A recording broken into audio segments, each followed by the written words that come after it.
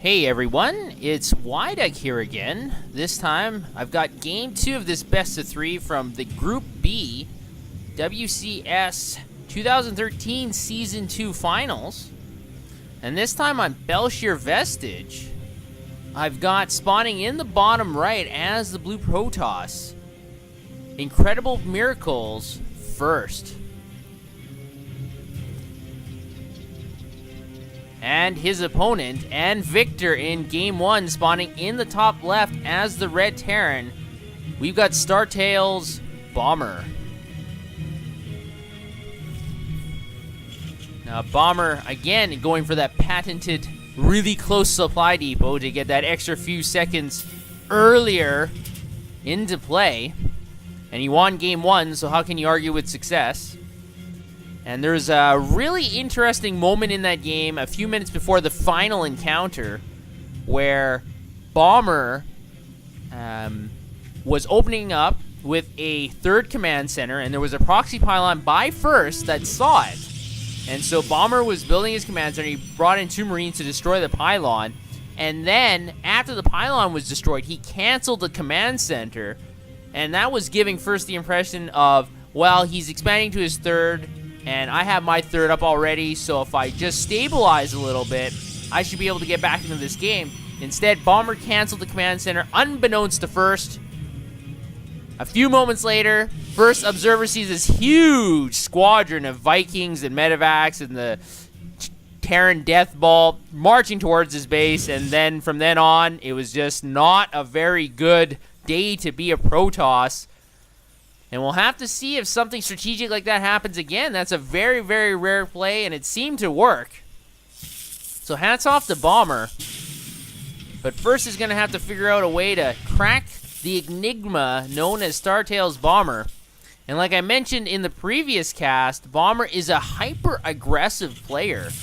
And not a lot of players are nearly as aggressive as Bomber. Bomber tries to make stuff happen all the time, and it generally works. He is a very good player from Korea, able to take down Innovation before 2-0 in the GSL, so he's not a nobody.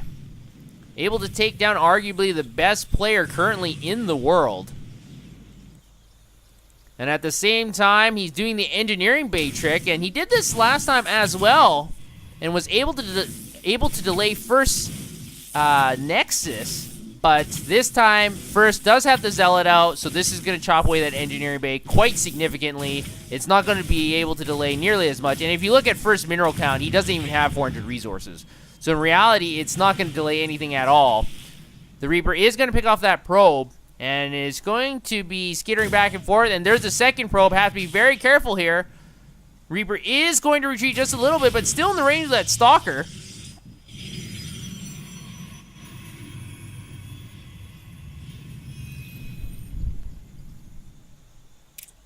And the Reaper is trying to play merry-go-round, trying to get past these Protoss units. And he's able to scout the Nexus at least. So that is good to know, to confirm that this isn't going to be a 4 or 5 gateway all in the next few minutes or not. And the Reaper is going to be heading towards the middle of the map. The command center for Bomber is almost finished. He's almost got the bunker finished as well. It is now up.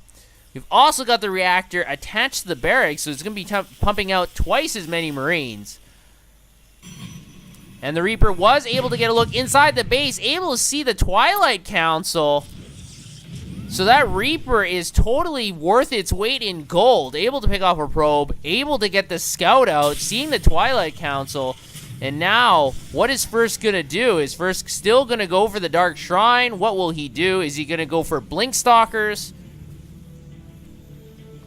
This is probably going to force him to change his strategy quite a bit. We've got the robotics facility halfway completed now. First is scouting across the map with 2 Stalkers.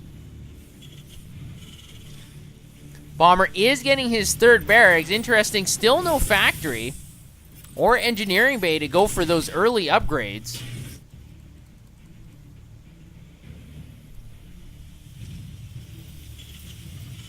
And you can't discount early upgrades for a very aggressive bio Terran player, because with Stim, if you get the additional +1 attack, because you have 50% increased attack speed under Stim, you're doing significantly more damage than you would otherwise. And so that's something you can't scoff at. Stim is being researched by Bomber. He doesn't have the engineering bays up like I mentioned before. First, on the other hand, is building some sentries and some more observers while getting +1 armor. +1 armor is not a bad idea to negate that +1 attack from those stimmed Marines and Marauders. And a robotics bay is coming, so it looks like First is not going to utilize that Twilight Council, hasn't researched Zealot Charge or Blink, and there is no Dark Shrine coming, so Bomber, able to spot that with the Reaper at the last moment, was able to force First to do something different. And you might be thinking, well, that doesn't really change too much. But you have to remember from First's perspective, he's dumping a lot of resources, minerals, gas into the Twilight Council as part of his key strategy to try and beat Bomber. Instead, it gets scouted, and now his strategy has to be thrown out the window. So First is going into the game thinking, I have a key strategy. If I use this strategy, I can beat Bomber. Now Bomber's been able to see it. I have no element of surprise. Now he has to cancel it. And that has to change your entire thinking process. It changes the entire momentum of the game. And he just lost 2 Stalkers for free as well. So First is really probably reeling right now. And that was not even a pun on purpose. And now we've got the Marines and the Marauders stomping across the field. No medevacs with this group. But they do have Stim.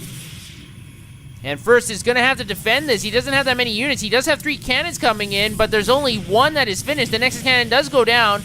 One of the cannons gets blown up immediately. The cancels do get canceled. We got 1 Colossi in the back, but it doesn't have thermal land, so it does not have very good range. But this Nexus is almost finished. It's in the red, 100 life, and it's going to get focused down. So great pickoff by Bomber. Bomber only has 3 Marauders left, and that's going to even out the supplies quite a bit. But remember, losing your Nexus is a huge deal, especially at the 10-minute point in the game. So First is going to be behind by quite a bit. The amount of resources the Bomber can get with 2 bases compared to First 1 base is astronomical in difference.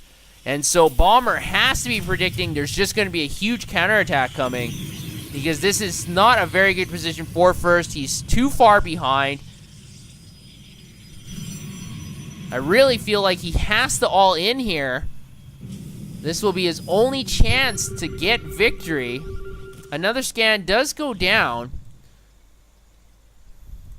Bomber is coming back in here, it looks like. He still doesn't have medevacs. And this is very interesting, you know, being very aggressive with bio units, but with no medevacs. The starport isn't even finished yet. Colossi are going to scare away this Terran Death Ball, at least temporarily. So First has been able to hold off these attacks. Unfortunately, he did lose the Nexus. The Nexus has now been rebuilt. So he should be able to stabilize, but that's 100 seconds where Bomber was able to get a lot of minerals. And you have to remember, Terran players also have mules. And mules give a significant amount of mineral advantage as a Terran player. And now Bomber is just going to be constructing 2 more bunkers just in case. He's sensing a counterattack, I believe. And Vikings are coming as well. We've also got medevacs from this reactor starport.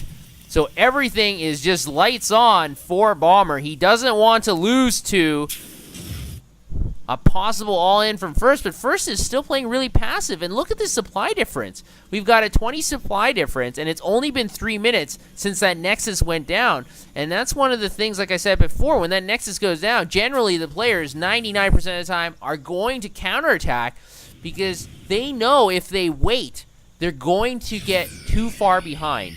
And after an additional 3 minutes, look at this, 26 supply difference. So this is just validating my point. First is actually going to go for a 3rd Nexus. Just like the first game where Bomber only had 2 bases, First actually went for the 3rd expansion before Bomber did. Bomber didn't even have a real 3rd expansion. He had a fake one. And Bomber still came out ahead because look at his army. He's just got such a huge army. I'm going to pick off this Zealot in the middle of the map. The Stalkers are going to retreat. And this may spell the end of our Protoss player. His Observer is going to be able to see all these Vikings and the Marines and Marauders. But the question is, what is he going to be able to do about it? Now, we do have a warp in of Zealots at the main, able to scare all the SCVs away. We've got a few Terran units to deal with this, but I don't think a Marauder and a Marine are going to be able to clean up 4 Zealots. At the same time, force fields are going down, trying to prevent this Bio Death Ball from reaching further in. But the Vikings are going to focus down the Mothership Core. Stalkers are going to blink forward. And I think that was a mistake. First loss of Stalker, and now one of the Colossi is going to get focused down by all these Vikings. And even with these time warps going on, Bomber doesn't care. He's going to march forward. Another scan does go down. He's going to see everything in the back here. There's quite a few Templars. The storm does go down, but it doesn't seem to hit very much. Only one Marauder. And Bomber has split up his army entirely. So even if first is going to try and get great connections with the storms, it's not going to connect with anything. The second storm is much more effective, killing a few Marines. The Vikings are going to land as all the Colossi are cleaned up. A third storm, it will do significant damage, but take a look at the supplies. Almost 2-1 in favor of Bomber. I think Bomber has this. The Archon is warping in, it's merging, but it's not going to finish. And now the Terran Death Ball with a few SCVs are going to clean up this Nexus at the natural. The gateways are unpowered. First is warping in as many units as he can. But without this second base, and look at this large supply difference, I think it's going to be GG pretty soon. 2 more Great Storms do go down, but it's not going to be able to save first. Too far behind, and this Terran Death Ball is just going to march forward relentlessly, fearlessly, with the assistance of these medevacs, and stim himself to victory. Bomber is going to take the series 2-0, able to defeat Incredible Miracles first. Great games by Bomber, and I will see you guys next time.